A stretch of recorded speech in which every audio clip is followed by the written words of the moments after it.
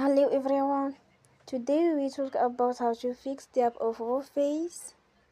We will go to settings. Then we click on apps.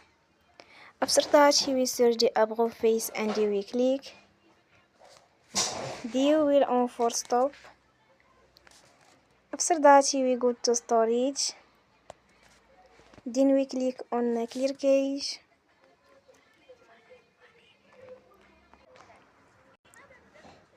In the end, you will turn your Wi-Fi and you will turn again.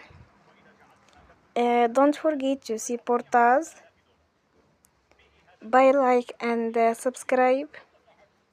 See you next time and thank you for watching.